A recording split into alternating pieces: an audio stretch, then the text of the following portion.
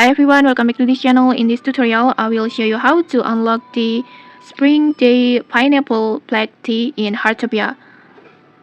In this new event, Dreamlike Cinematic event, you can cook any food and any drinks in Heartopia, but first you need to unlock the recipe, the hidden recipe first.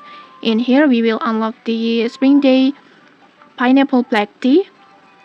And to unlock it, just tap on your popcorn saving card and then just choose the Springday Fruit Black Tea as the original recipe. And then next just replace these fruit ingredients to pineapple like this. And then after that, just simply tap on start cooking like this.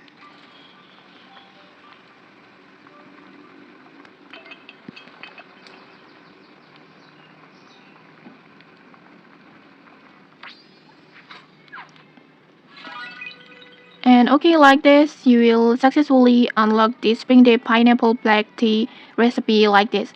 Okay, if you found this helpful, don't forget to like, comment, and subscribe for more tutorials. Thanks for watching and see you!